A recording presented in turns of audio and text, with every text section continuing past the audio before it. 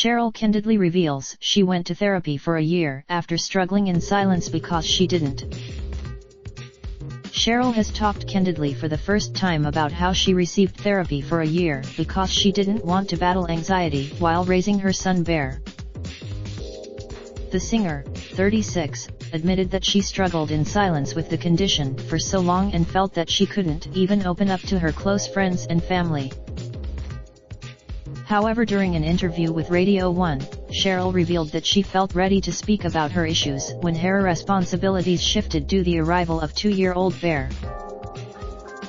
Discussing her battle, she said, "I think I actually walked through the fire, to be honest. I struggled for so." Video. Cheryl thanks fans for their wishes on her birthday evening standard. "I actually had therapy for a year. I struggled for so, it felt like my responsibilities shifted and my priorities changed, and I needed to be settled in my own head to be able to give him the best that I could possibly give him." Cheryl went on to discuss how during her struggle with anxiety she felt the need to put on a brave face all of the time, before admitting that isn't always the best course of action. She said, "One of the problems I think with social media is that people put on this face and this facade of how they are. I think what happens then is everyone is looking around like, why does everyone seem so good and having a good time in a happy place and I feel rubbish? And that's not help. So if people would just be a bit more open and honest with how they're feeling, I think we could all help each other."